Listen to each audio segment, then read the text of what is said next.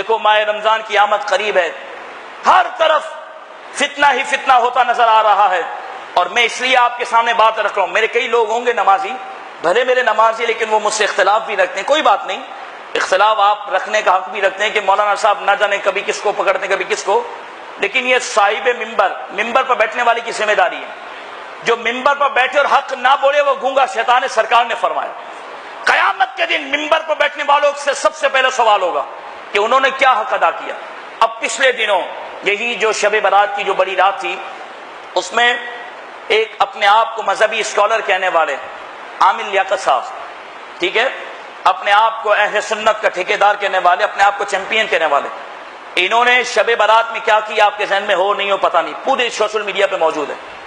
انہوں نے اپنے رمضان ٹرانسمیشن کو صحیح ثابت کرنے کے لیے اور اپنے رمضان کے تمام معاملات کو درست ثابت کرنے کے لیے، اور جو معاذ اللہ رمضان کی مبارک راتوں میں اور مبارک ایام و مبارک دنوں میں بے پردہ خواتین کو اور مردوں کو ایک ساتھ بٹھا کر دنیا کے انعامات تقسیم کرنے والے اور خدا کی لعنت کے مستحق ہونے والے نے اپنے پروگرام کو، جو رمضان ٹرانسمیشن اور جو دیگر پروگرام وہ کرتے ہیں، اس کو انہوں نے صحیح ثابت کرنے کے لیے کہا.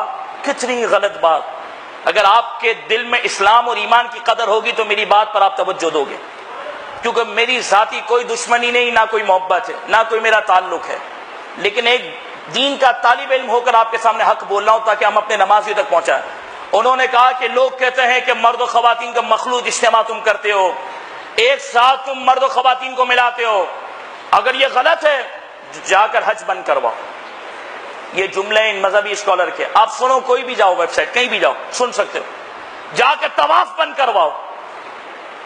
یہ مسلمان کو زیب دیتا ہے کہ تم نے حج سے کمپیئر کر دیا.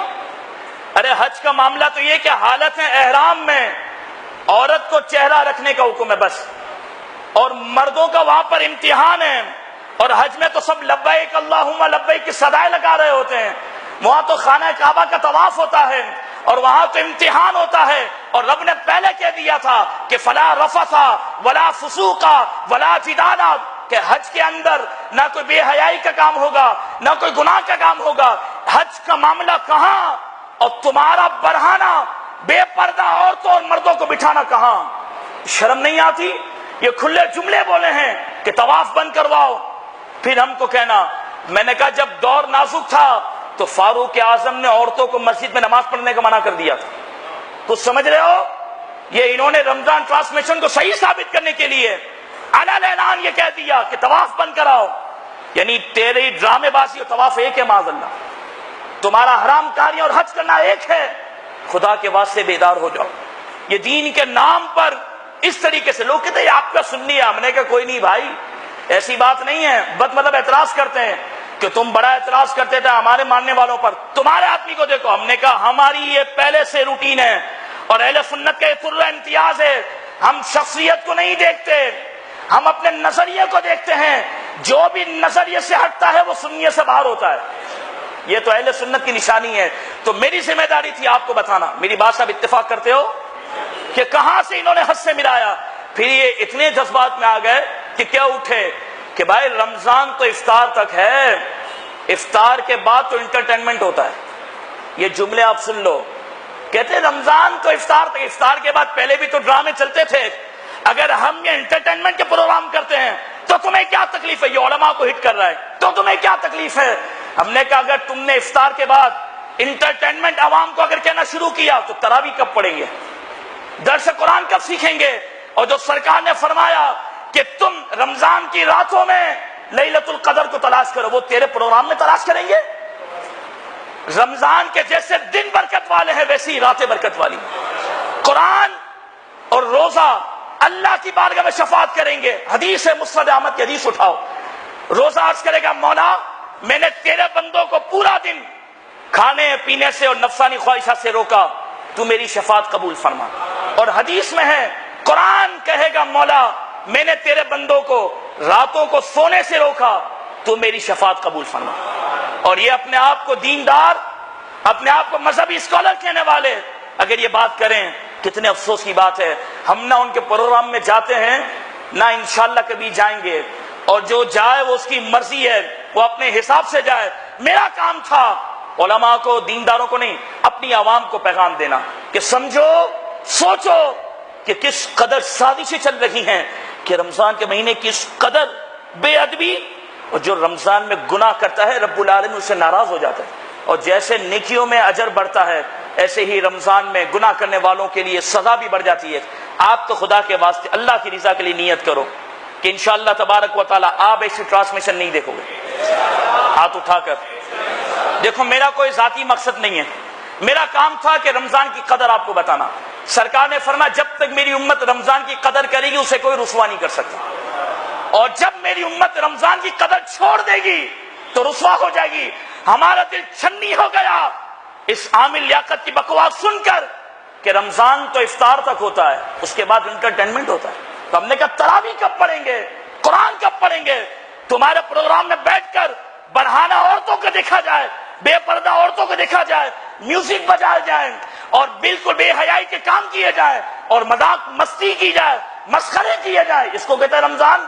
پھر کہتا ہے یہ تہوار ہے ہم منائیں گے، جو روک سکتا ہے روکے۔ میں نے کہا یہ تیری بدماشی، تیرا غرور اور تیرا تکبر اور تیری فرعونیت انشاءاللہ ایک دن خاک میں ملے گی۔ ہم تو چاہتے ہیں پہلے تو توبہ کر سچے دل سے، توبہ کر، تو ہمارا بھائی ہے، توبہ کر سچے دل سے۔ ہمیں پروگرام میں تیرے نہیں آنا انشاءاللہ، نہ ہم جاتے ہیں نہ پسند کرتے ہیں، لیکن اگر سچی توبہ کر لے تو ٹھیک ہے۔